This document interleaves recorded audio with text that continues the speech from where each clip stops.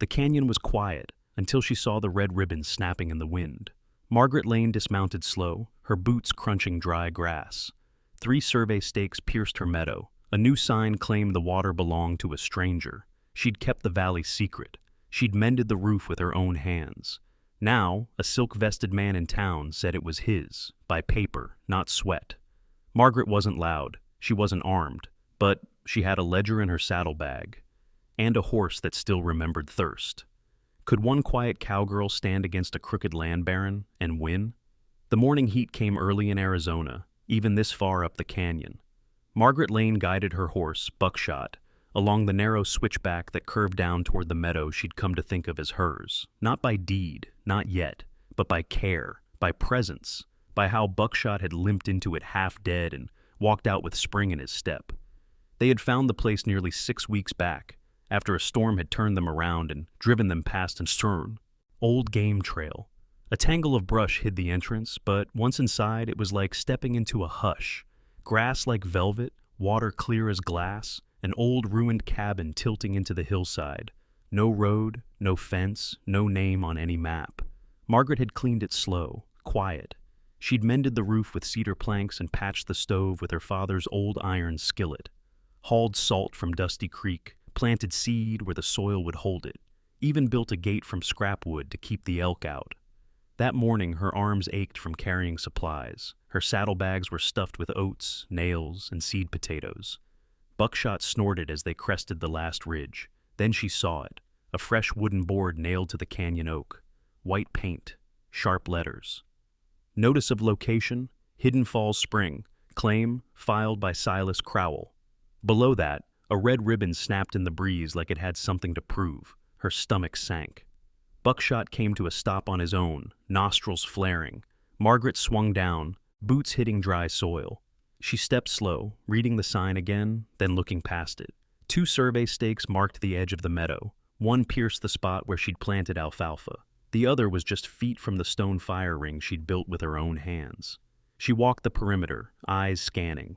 The soil was disturbed in a few places. Someone had come through, likely 2 or 3 days ago. The boot prints were wide-heeled and deep. Heavy man, maybe with spurs. The edge was smudged with fresh mud. They had gone back toward town. Margaret crouched and touched one stake. It wobbled, poorly driven. The ribbon was fresh, hadn't even begun to fade in the sun. This wasn't a historic claim. It was an ambush. She rubbed her temples and looked toward the cabin. The door stood slightly ajar, just as she'd left it. No sign of ransacking. Still, her jaw tensed. She remembered her father's words when they first lost the ranch to taxes. "They don't have to take your land with guns, girl. Paperwork's just as fine." Now someone meant to take her water, with paper, and ribbon, and stakes. She stood up straight, brushing dust from her skirt. "Not without a fight," she muttered, and Buckshot nickered softly, as if in answer. She led him to the old corral and tied him off. She didn't unpack the supplies, not yet. Instead, she walked the full length of the canyon mouth, counting paces. Surveyors worked in chain lengths, but Margaret had grown up roping fence and watching horizons. Her eye was sharp. The red ribbons were spaced wrong. One was far too close to the natural spring head. That spring had been running for years, untouched, feeding a pool that spread like a fan into the grass. No man could rightly claim it without proving beneficial use. And from the looks of the cabin, no one had lived here in decades. But that wouldn't stop Silas Crowell. Margaret had heard of him. Slick talker, ran a water brokerage out of Yuma Flats, bought up claims, pumped dry valleys, sold access, back to the desperate. Never dirty his hands. Always sent men to file, men to build fences, men to smile just enough. She walked back to the oak. One more time, she read the claim, tracing the letters with her calloused fingers. Then she pulled a small pencil from her saddlebag and sketched the location of the stakes on a feed sack, folded it neat, tucked it beneath her belt. If Crowell thought she'd just roll over and ride out, he didn't know her. Margaret Lane had already lost one ranch. She wasn't about to lose a spring, too. And somewhere up that canyon, behind the Waterfall's veil, she knew there was something more, something no paper could claim. Margaret reached town just before dusk. Dusty Creek's main street was quiet, save for the clatter of a loose shutter and the thud of Buckshot's hooves on the packed dirt. She tied him outside the general store, rubbed his nose, and whispered, "Won't be long, old boy." Inside, Eliza Ward stood behind the counter, folding sackcloth with her usual tidy care. The widow ran the place alone since her husband died, hauling timber 6 winters back. She was one of the few in town who never spoke pity into her kindness. Eliza looked up, eyes narrowing as she spotted the survey ribbon in Margaret's hand. "That looks like trouble," she said. "It is," Margaret replied. "Silas Crowell posted a claim at Hidden Falls." Eliza's lips pressed together. "That spring's been dry on every map since '87. He knows something we don't. He knows I've been working it," Margaret said, voice flat. Eliza nodded once, then reached below the counter. She returned with a jar of lemon drops and pushed it forward. "Take 2. You're gonna need the sugar." Margaret smiled despite herself and pocketed one. "Who filed it?" "Crowell's name's on the board," she said, "but someone else did the legwork." Boot tracks were fresh, wide heel, spur marks, Sam Bickley maybe. He does most of Crowell's filings out here, rides with 2 guards now, always laughing like, "He's got a joke only he enjoys." Margaret tucked that away. "Where's Deputy Hobb?"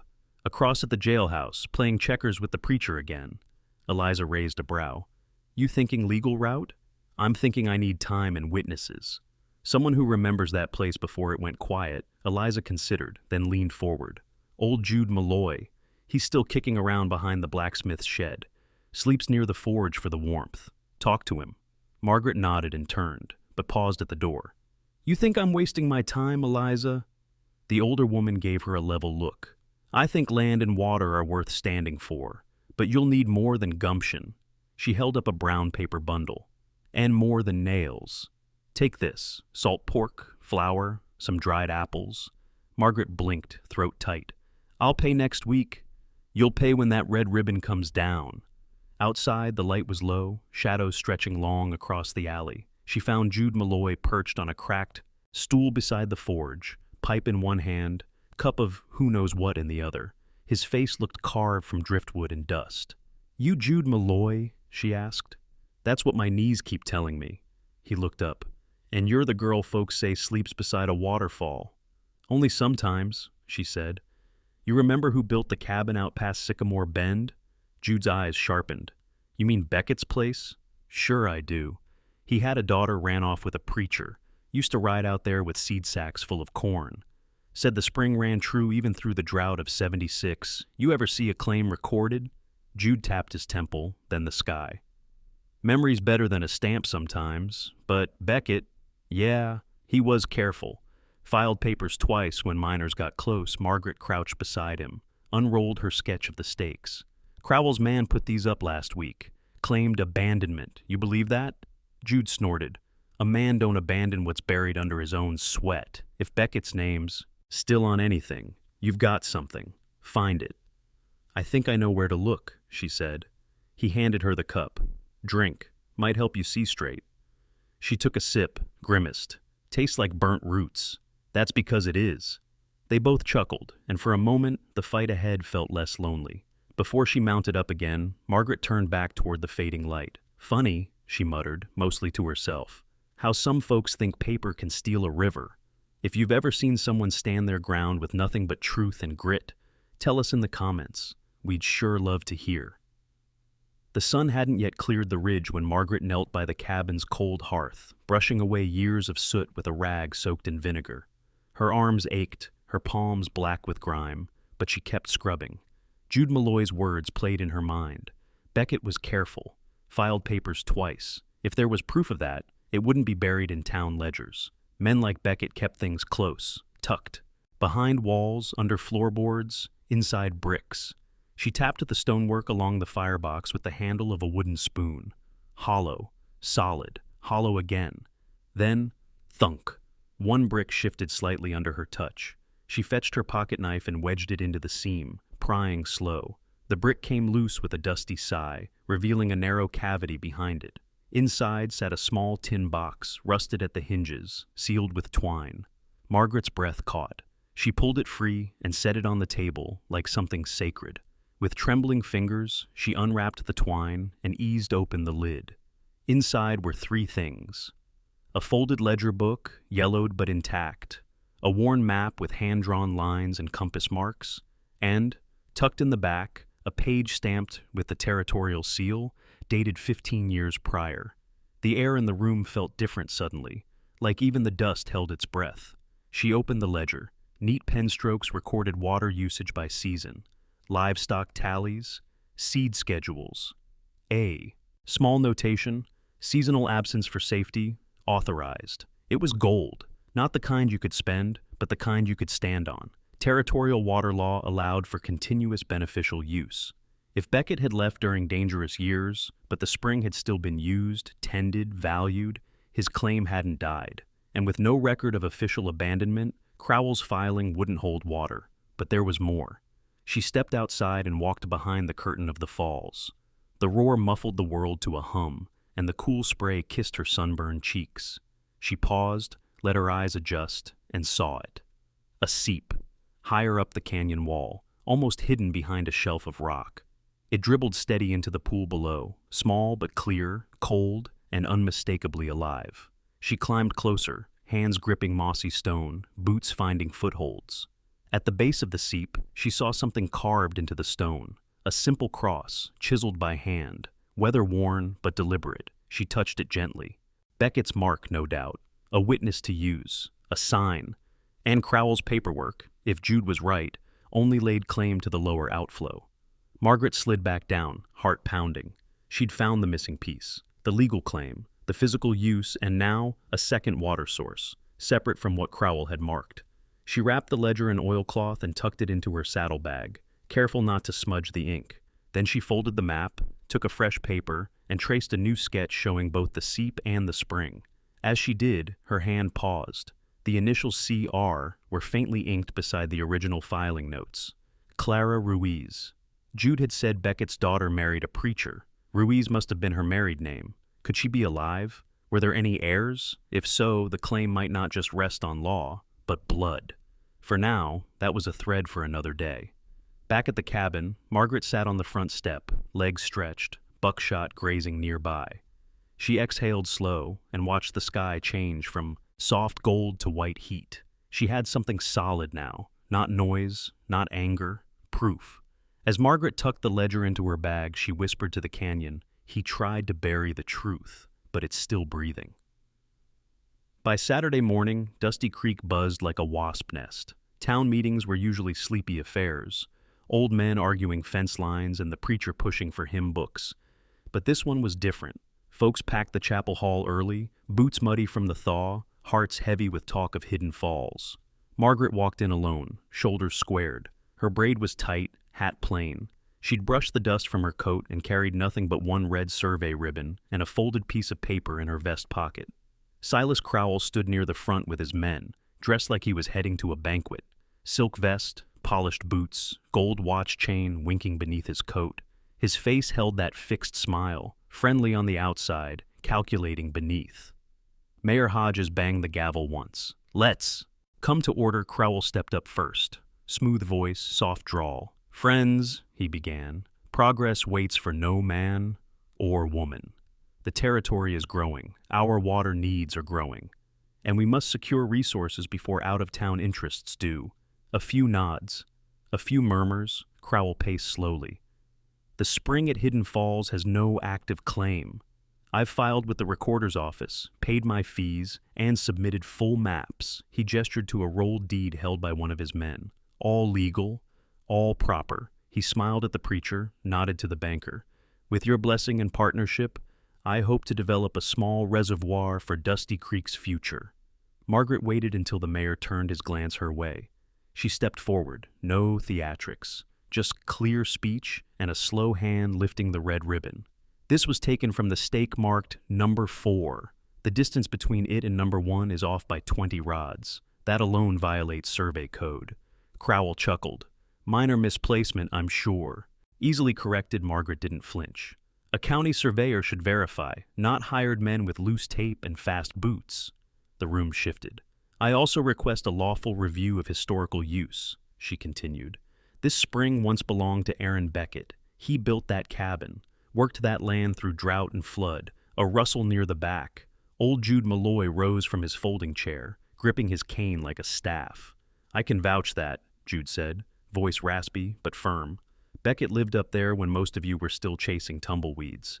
He kept that spring flowing through the dry years, built a gravity trough all the way down to his garden. He tapped the floor. And he filed papers. I saw them with my own eyes." The mayor blinked. "Is that claim still valid?" Jude nodded. "Unless someone proves it was abandoned proper, and I mean by law, not just by silence, it holds." The room buzzed louder. Deputy Hobb leaned against the wall, arms crossed, jaw twitching like he wanted to speak, but hadn't yet found his courage. Margaret stepped back. Her voice stayed even. "If there's doubt, let's not decide here. Let the surveyor come. Let him measure every ribbon, every stake. Let him see what's behind that waterfall." Crowell's smile twitched. Mayor Hodges cleared his throat. "That's reasonable. We'll schedule a public review at the site." Monday at noon, Crowell tipped his hat to Margaret, stepped close enough she could smell his cologne. "Bring your courage," he whispered, smile gone. She met his eyes without blinking. "Bring your paperwork." All of it. As the crowd filed out in uneasy silence, Margaret stayed behind a moment, fingers brushing the ribbon in her pocket. Sometimes, truth just needs room to breathe. The morning after the town meeting broke with more dust than harmony, Margaret was up before the birds. She packed the ledger, the old map, and her hand-drawn sketch into a satchel wrapped in waxed canvas, then saddled Buckshot and rode straight to the county office. It was a 2-hour ride to the registrar's outpost in Larkspur, a dry little post town built more of sun-bleached shung than timber. The registrar, a wiry man named Wilkins with ink-stained fingers and a suspicious eye, took one look at her documents and raised his brows. "You're sure about this?" he asked, turning the ledger slowly. "It's all in there. Water usage, seasonal notes, and a stamp from the territorial recorder," Margaret said.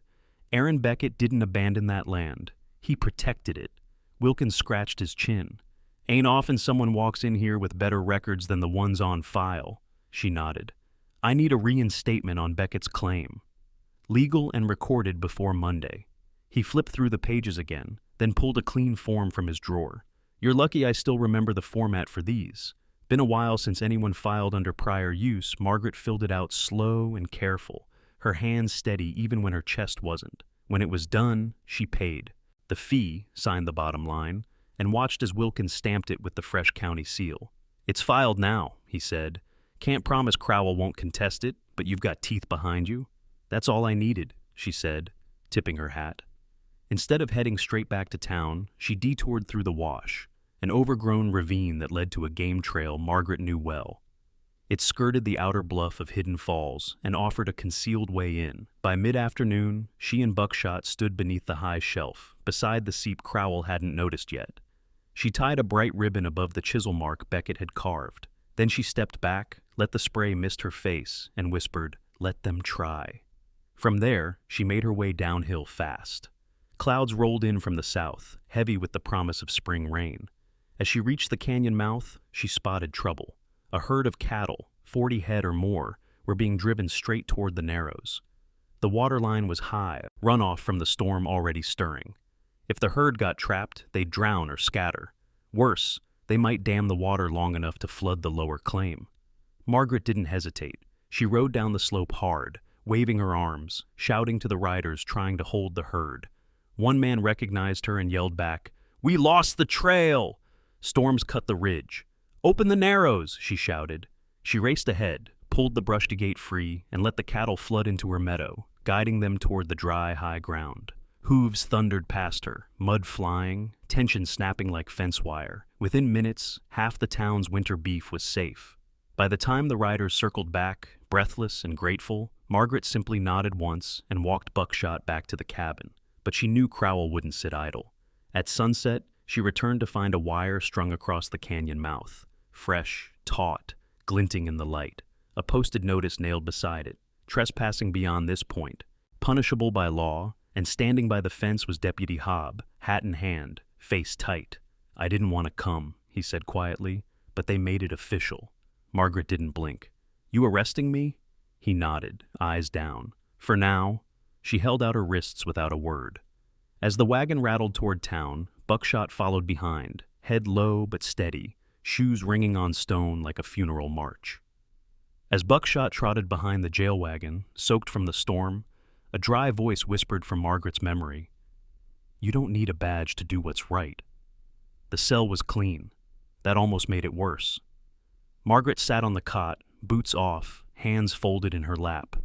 The iron bars gleamed faintly in the lamplight. Deputy Hobb had done his best to soften the blow. No cuffs, no public shaming. But facts were facts. She'd been arrested for trespassing on land she had just refiled a claim for. Across the corridor, a clock ticked too loud. The rain tapped the roof like a tired apology. She closed her eyes and tried not to feel it. The ache in her jaw from keeping her head up. The weight in her chest from Buckshot's eyes as he'd watched her climb into that wagon. He hadn't made a sound, just stood there, tail to the storm, a sentinel in the rain. The door creaked. Eliza Ward entered carrying a tin bowl and a folded blanket. Her coat dripped steadily on the floor as she crossed the room. "You didn't have to come," Margaret said, voice rough. "Course I did." Eliza set down the stew. "You think I'd let you sit hungry on account of a snake with good paper?" Margaret offered the smallest smile. "It's not bad paper. It's just wrong. That's worse." Eliza handed over the blanket. "Deputy says they'll hold you till morning. Judge Harlan's due by noon. Meantime, I posted your bond paperwork." Just waiting on approval, Margaret stared at her hands. "He's going to spin this into something ugly." Eliza's brow furrowed. "You saved half the town's herd yesterday. Folks won't forget that they might," Margaret said softly. "People forget quick when there's money behind the lie." Before Eliza could answer, the door opened again. Old Jude shuffled in, limping heavier than usual, his hand tucked inside his coat. "Didn't bring food," he said gruffly. "Just something Beckett would have wanted you to have." He pulled out a small, dented tin and handed it through the bars. Inside was a silver badge, worn smooth, edges dull, but still clear enough to read, "Surveyor, 1878. "I found it tucked in a ledger," Jude said. "He used it when he filed the original water plan. Said he had earned it with mud, not paper." Margaret touched the badge like it was breakable. "You sure?" "I'm old," he muttered, "but I'm not wrong." A quiet knock interrupted them. Nico Ruiz, the orphan newsboy, stepped inside. His wool cap was too big for his head, and his cheeks were red from running. He glanced at Eliza, then passed a folded note through the bars. "They think I don't hear things, but I do," he whispered. "I sweep the lawyer's office, the saloon. I hear stuff." Margaret unfolded the note. Just 5 words, scribbled in a boy's hand. "They aim to blast the ledge." Her fingers clenched. Eliza stepped closer. "When?" "Tonight," Nico said, "before the surveyor comes. They don't want proof, just a clean claim." Margaret stood, too fast, head swimming. "You can't do anything from in here," Eliza warned. Margaret looked at Hobbs' office across the corridor. The man was still, eyes shut, arms crossed, asleep or pretending. "I don't need out," she whispered.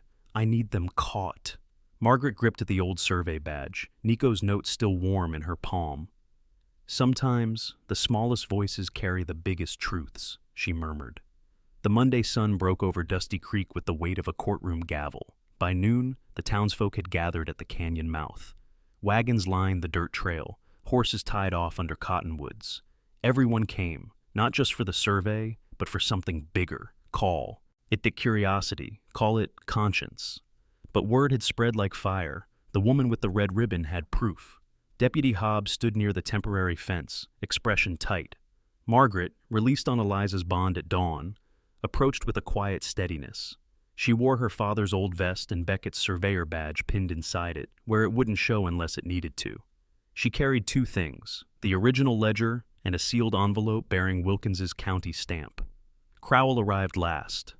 His vest gleamed, and he carried a silver pocket knife he liked to toy with when folks weren't looking. 2 of his hired men stood back, arms crossed. The third hung near the rear wagon, watching the rocks a little too closely. The county surveyor, a balding man named Mr. Dennis, adjusted his glasses and unrolled his measuring chain. "Ms. Lane," he called, "if you'll please walk me through what you believe is in dispute." Margaret stepped forward, holding up a piece of ribbon, stained at the end with ash. "These stakes were moved. This one here," she pointed, "was burned at the base and reset 20 feet uphill. The ribbons don't match the diagram on file." Dennis frowned. "That's serious." She turned to Deputy Hobb. "Check the ledger." He opened it slowly, tracing the pages. These records go back 15 years. Read the margin note, she said. He squinted. Seasonal absence, permitted for safety, per territorial code. Dennis looked up sharply. That makes the claim continuous. Crowell's jaw tensed. Old notes? Nothing recent. She's been squatting. I filed for reinstatement, Margaret said calmly. With the registrar in Larkspur. It's stamped. Legal. She handed over the envelope. Dennis opened it and let out a low whistle. This holds. A rustle near the rocks caught Margaret's eye. The hired man behind the wagon was kneeling. Then, a flicker of orange. Fuse! Hobb shouted. Before Margaret could move, he sprinted forward, boots sliding, and kicked the rock aside. A sputtering, fuse hissed out under his heel. Silence fell like a dropped pane of glass. Crowell's eyes went wide, just for a second, before he snapped, I have no knowledge of... You will, Hobb growled. He turned to Margaret. You mentioned a second seep? She nodded and led the way behind the waterfall. The roar filled their ears, but she kept her pace sure. The crowd followed, boots splashing. She stopped at the carved cross and stepped aside. This spring feeds the same pool, but it's distinct, untouched. Crowell's filing only mentions the lower outflow. Dennis stepped forward, tested the soil, took a measurement, then nodded slowly. And this, he asked, pointing to the chisel mark, made by Beckett. Likely around the time of the ledger, Margaret replied. Dennis looked back at the group. This is a separate water source. His filing doesn't cover it. Crowell lunged forward. She forged that ledger. But as he reached, his hand shot toward the pages. Deputy Hobb grabbed his wrist midair. That's enough, he said. You're under arrest. Tampering with survey records, attempted destruction of evidence, and unlawful filing under false claim. The two hired men dropped their heads. Crowell said nothing as the cuffs clicked closed. Margaret stood still, heart pounding. Then someone in the crowd, Jude, murmured, Beckett'd be proud. As the wind caught the edge of the waterfall, Margaret stood firm, the water cool at her boots. You don't shout truth into being. You prove it. The wagon carrying Silas Crowell creaked away from Hidden Falls, its wheels grinding into the dirt like the closing of a chapter no one would soon forget. The cuffs on his wrists weren't nearly as loud as the silence that followed. The hired men trailed behind, their shoulders slumped, no longer posturing. Margaret didn't gloat. She stood off to the side beneath the sycamore, one hand resting on Buckshot's withers. The air was cooler now. The canyon felt different, not lighter exactly, just honest, like something false had been scraped off the surface. I didn't think you'd do it, said Deputy Hobb quietly, walking up beside her. Margaret glanced at him. Do what? Hold steady. Make it all the way to the end without fire or fists. She gave a soft laugh. Wasn't my end to push. Just my truth to carry nearby. The county surveyor, Mr. Dennis, was finalizing his notes while a few townsfolk took measurements of their own. Jude sat on a low rock, whittling a new cane. The preacher knelt near the spring, offering thanks aloud. But it was Eliza who noticed Nico. The newsboy had crept up near the chiseled cross in the rock wall. His small fingers traced the symbol like it meant something more than just water rights. Margaret followed his gaze, then the quiet flicker of emotion crossing his face. Something on your mind? She asked gently. Nico turned, nervous at first, then steadied. This was Beckett's spring, right? And his daughter was Clara Ruiz? Margaret froze. You know that name? He nodded slowly. My mama. She died when I was little. Never talked much about family, just gave me this. He reached into his shirt and pulled out a small locket on a frayed cord. The initials on it, C.R., caught the light. Eliza stepped forward, hand to her chest. Nico, honey, that's your grandmother's spring. The crowd quieted. Jude squinted. That ledger had a note. Said stewardship passed to any living heir of Clara Ruiz, Beckett's daughter by marriage. I remember it. Plain as day, Mr. Dennis flipped it back through the pages and read aloud. Clause 4, B. Upon absence or death of principal, stewardship may pass to any direct blood heir of Clara Ruiz, as named by community vote or guardianship arrangement. The weight of that moment pressed into Margaret's chest. She knelt beside Nico, eye level. Do you want it? She asked softly. This place. Not just the spring, but the work that comes with it. The care, the responsibility. Nico looked at the water, the land, then back to her. Not alone, he said. You won't be, she replied. The preacher stood, brushing off his knees. Well then. Looks like the Lord knew what he was doing. Margaret rose and looked at the group gathered around the canyon pool. We can form a trust, she said. Protect it for the town. For dry years ahead. Nico can be named steward. I'll act as guardian, if that's what folks want. No one objected. Jude just grunted. Long as you keep the cows out of my tomato patch, I'm fine with it. Laughter rippled through the crowd. It was tired laughter, honest and worn in, like boots that had seen miles but still held together. As the locket swung gently against Nico's chest, Margaret whispered, Sometimes what you fight for ends up choosing you back. The fences came down a week after the canyon vote, not with noise, not in protest. Just quiet hands unhooking wire, neighbors lifting posts together, brush piled in neat stacks. Margaret stood beside Nico, watching as Deputy Hobb hauled the last no, trespassing sign onto the back of a cart. The boy squinted up at her, uncertain. Does this mean it's really ours now? He asked. Margaret placed a hand on his shoulder. No one owns water, but we've got the right to protect it. And the duty, he nodded slowly, his fingers curled tight around the locket. It still hung against his chest like something sacred. By mid-April, Hidden Falls looked different. The high meadow grew green with tender grass. Wildflowers crept out from the canyon edge, tiny purple bells, brave yellow stars. Buckshot's limp had eased, and he trotted lighter now, grazing with other horses that had found their way to the cooler pasture. Margaret rebuilt the cabin wall by wall. Eliza donated linens, and Jude carved pegs for the entryway. Every Saturday, schoolchildren came by wagon with notebooks in hand, sitting cross-legged near the spring, while the preacher spoke of stewardship, not sermons. Nico read them the story of Beckett's ledger one morning, halting but proud. His voice cracked once, but he kept going. Seasonal absence allowed for safety, he read. Use with care, keep it flowing. The kids listened. They always did when it came from someone who'd earned the words. That evening, Margaret sat on the porch, hands rough from work but clean. The light was gold and fading. Hobb arrived with a parcel under his arm and a look she hadn't seen before, part relief, part reverence. Surveyor's office drew up the deed, he said, handing it to her, signed by the county. Hidden Falls registered as a community resource. Nico named steward, with you listed as guardian until he's of age. Margaret traced her thumb along the seal. Never thought I'd see it in ink. You earned it, Hobb said.